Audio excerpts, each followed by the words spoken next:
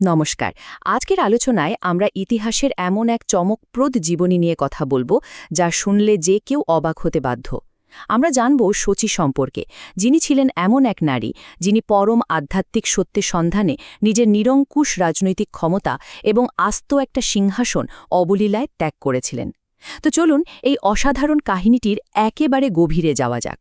শুরুতে এই প্রশ্নটা কিন্তু সত্যিই ভাবিয়ে তোলে। একবার ভাবুন তো, কেন একজন রাজকন্যা এমনটা করবেন? এই অমীমাংসিত রহস্যটাই আমাদের আজকের কাহিনীর মূল ভিত্তি। এটি এমন এক তীব্র বৈপরীত্যের গল্প যা একটি ধ্রুপদী বীরের যাত্রা বা হিরোজ জার্নিকে নিখুঁতভাবে সংজ্ঞায়িত করে।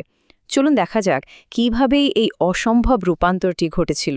প্রথমেই আসা যাক আমাদের প্রথম পর্বে, যে রাজকন্যা সিংহাসন ছেড়েছিলেন। তো শচীর জন্ম হয়েছিল পুন্তিয়া নামের একটি রাজ্যে, যা বর্তমান বাংলাদেশের রাজশাহী জেলায় অবস্থিত। তিনি ছিলেন রাজার নরেশ নারায়ণের একমাত্র কন্যা। পিতামাতার মৃত্যুর পর পুন্তিয়ার সম্পূর্ণ রাজকীয় শাসনভার স্বাভাবিকভাবেই তার কাঁধে এসে পড়ে। কিন্তু মজার ব্যাপার হল, একদিকে এই বিশাল দায়িত্ব আর অন্যদিকে তার মন পড়ে থাকত ব্যাকরণ, কাব্য আর বিভিন্ন শাস্ত্রের গভীর অধ্যয়নে। ছোটবেলা থেকেই তার মধ্যে এক অদ্ভুত ধর্মীয় ঝোঁক ছিল। শচী এতটাই সুন্দরী আর গুণবতী ছিলেন যে কেউই মুগ্ধ হতো। কিন্তু তিনি পরিষ্কার জানিয়ে দেন যে তিনি কোনো সাধারণ মানুষকে বিয়ে করবেন না। কারণটা কি জানেন? কারণ তার হৃদয় শুধুই মদন গোপালের জন্য নিবেদিত। রাজকীয় এইসব বিশাল দায়িত্বের মাঝে শচী কিন্তু কিছুতেই মানসিক শান্তি পাচ্ছিলেন না। তাই শেষমেশ তিনি যা করলেন, আত্মীয়দের হাতে সব শাসনভার তুলে দিয়ে সোজা বেরিয়ে পড়লেন একজন সদ্গুরুর সন্ধানে। প্রথমে তিনি পুরীতে যান, আর সেখান থেকে অনুপ্রাণিত হয়ে পাড়ি জমান একেবারে বৃন্দাবনে। আর ঠিক এখান থেকেই শুরু হয় তার চরম ত্যাগের আসল অধ্যায়। আমাদের দ্বিতীয় পর্ব, সত্য ভক্তির পরীক্ষা।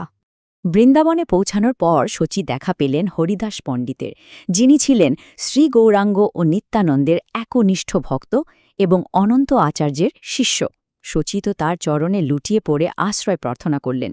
কিন্তু হরিদাসের দেওয়া পরীক্ষাটি ছিল সাংঘাতিক কঠিন।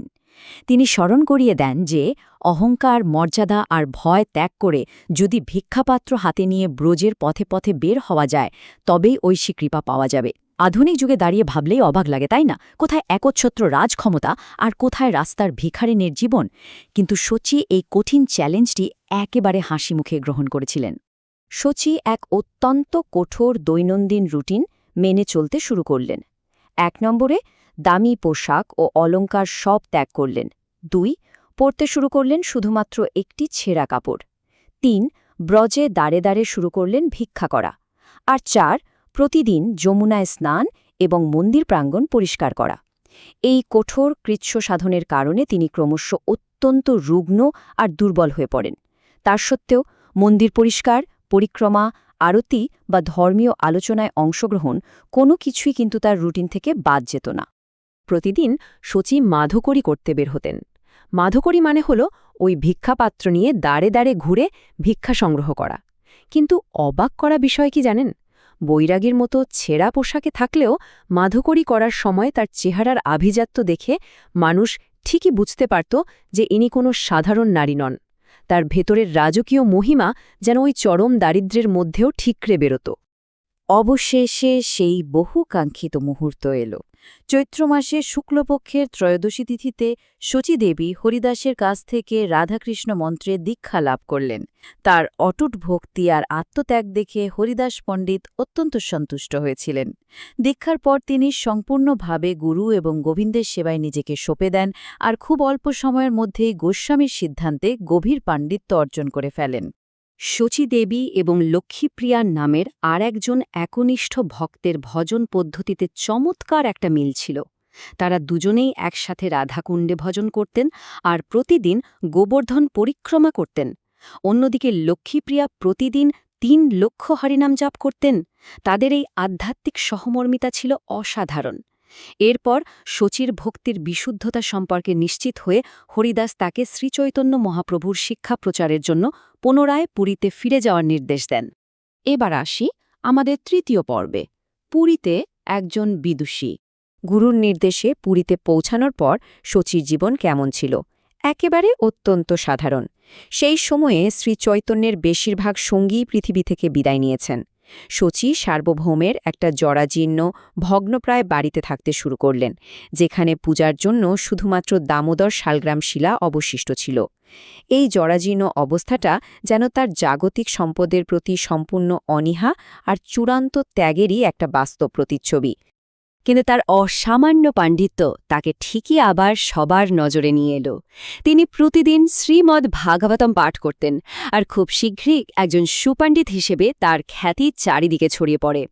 এমনকি পুরীর রাজা মুকুন্দদেবও তার পাঠ শুনে গভীরভাবে মুগ্ধ হয়েছিলেন। এই মুগ্ধটা এমন পর্যায়ে পৌঁছায় যে প্রভু জগন্নাথ স্বয়ং রাজাকে স্বপ্নে নির্দেশ দেন শচীকে শ্বেতগঙ্গার কাছে জমি দান করার জন্য। শচী প্রথমে অস্বীকার করল, পরে প্রভুর আদেশে তা বিনম্রভাবে গ্রহণ করেন। চতুর্থ পর্ব, অলৌকিক ঘটনা এবং কারাগার, গল্পের সবচেয়ে রোমাঞ্চকর অংশ। কাহিনীর সবচেয়ে নাটকীয় মোড়টা আসে পবিত্র বারুণী তিথিতে গঙ্গার জলে স্নান করার ইচ্ছা থেকে। গুরুর আদেশে তার তো পুরী ছেড়ে যাওয়ার কোনো উপায় ছিল না, কিন্তু প্রভু জগন্নাথ স্বপ্নে কথা দিয়েছিলেন যে বারুণীর দিনে গঙ্গা নিজেই শ্বেতগঙ্গায় এসে মিলিত হবেন। মধ্যরাতে তিনি শ্বেতগঙ্গায় স্নান করতে যান এবং গঙ্গার প্রবল স্রোতে ভেসে গিয়ে একেবারে প্রভু জগন্নাথের মন্দিরের সংরক্ষিত স্নানঘাটে গিয়ে পৌঁছান। সেখানে তিনি এক অদ্ভুত উৎসবের পরিবেশ দেখতে পান, কিন্তু কিছুক্ষণ পরই মন্দিরের প্রহরীরা তাকে দেখে ফেলে। এরপর যা হল তা এক বিশাল ট্র্যাজেডি, আবার আধ্যাত্মিকতার এক অদ্ভুত নিদর্শনও বটে। মন্দিরের পুরোহিতরা তাকে চোর সন্দেহ করে সোজা কারাগারে নিক্ষেপ করল। একবার ভাবুন, মানুষের দৃষ্টিভঙ্গি আর তার আধ্যাত্মিক অবস্থার মধ্যে কতটা তফাৎ। যেখানে তাকে চোর সাব্যস্ত করা হচ্ছে, সেখানে শচীদেবী বাহ্যিক জগৎ সম্পর্কে সম্পূর্ণ উদাসীন হয়ে কারাগারের ভেতরেও পরম আনন্দে শুধু কৃষ্ণ নাম জপ করে যাচ্ছিলেন। পঞ্চম পর্ব, গঙ্গামাতার জন্ম। এই চরম সংকটের একটা চূড়ান্ত সমাধান আসে মহারাজা মুকুন্দদেবের দেখা একটা অদ্ভুত আর অত্যন্ত রাগান্বিত ঐশ্বরিক স্বপ্নের মাধ্যমে। প্রভু জগন্নাথ স্বপ্নে নির্দেশ দেন, আমি গঙ্গাকে নিয়ে এসেছি, যাও এবং শচীকে এখনই মুক্তি দাও। তাছাড়া তুমি তার পায়ে পড়ে ক্ষমা চাও এবং তার কাছ থেকে মন্ত্রদীক্ষা গ্রহণ করো। এই একটা স্বপ্ন মুহূর্তের মধ্যে শচীর বিরুদ্ধে আনা সমস্ত মিথ্যা অভিযোগ যেন ধূলিসাৎ করে দেয়। রাজা বুঝতে পারলেন যে তারা কি মারাত্মক ভুলটাই না করেছেন। পরের দিন সকালেই রাজা কারাগারে ছুটে যান। শচীকে মুক্তি দিয়ে তার চরণে ক্ষমা প্রার্থনা করেন এবং তার কাছে দীক্ষা নেন। এই অলৌকিক ঘটনার পর থেকে ইতিহাসে তিনি চিরকালের জন্য গঙ্গা মাতা গোস্বামিনী নামে এক অমর আধ্যাত্মিক মর্যাদায় অধিষ্ঠিত হন। এটি ছিল পরম ভক্তির এক চূড়ান্ত বিজয়। এই অবিশ্বাস্য ঘটনাটি কিন্তু বাস্তব ইতিহাসের সাথেও গভীরভাবে যুক্ত। দীক্ষার পর রাজা তার গুরুকে কিছু জমি দিতে চেয়েছিলেন। শচীদেবী প্রথমে অস্বীকার করলেও পরে সামান্য কিছু উপহার গ্রহণ করতে রাজি হন। রাজা নির্দেশ দেন, প্রতিদিন দুপুরে প্রভুর ভোগের পর গঙ্গামাতার মঠে নির্দিষ্ট কিছু জিনিস পাঠানোর জন্য 2টি পাত্র মহাপ্রসাদ, 1 পাত্র সবজি, প্রভুকে নিবেদন করা 1 টুকরো কাপড় এবং 160 পয়সা। জানেন, এই প্রথাটা আজও অব্যাহত আছে। এটি চমৎকারভাবে প্রমাণ করে যে কিভাবে ভক্তি বস্তুগত ক্ষমতার ওপর আধিপত্য বিস্তার করে। তাহলে শেষমেশ প্রশ্ন ওঠে, নিরঙ্কুশ আধ্যাত্মিক ভক্তির কাছে জাগতিক ক্ষমতার পরিমাপ আসলে কি? একজন শাসক রাজকন্যা থেকে গঙ্গামাতা গোস্বামিনী হয়ে ওঠার এই যাত্রা আমাদের গভীরভাবে ভাবায়। আসল ক্ষমতা কি ওই সিংহাসনে, নাকি এমন এক আত্মত্যাগে যা শতাব্দী পেরিয়েও মানুষের মনে দাগ কেটে যায়? আশা করি আজকের এই আলোচনাটি আমাদের সবাইকে এই ঐতিহাসিক কাহিনীটি নতুন দৃষ্টিকোণ থেকে বুঝতে সাহায্য করেছে। ভালো থাকবেন।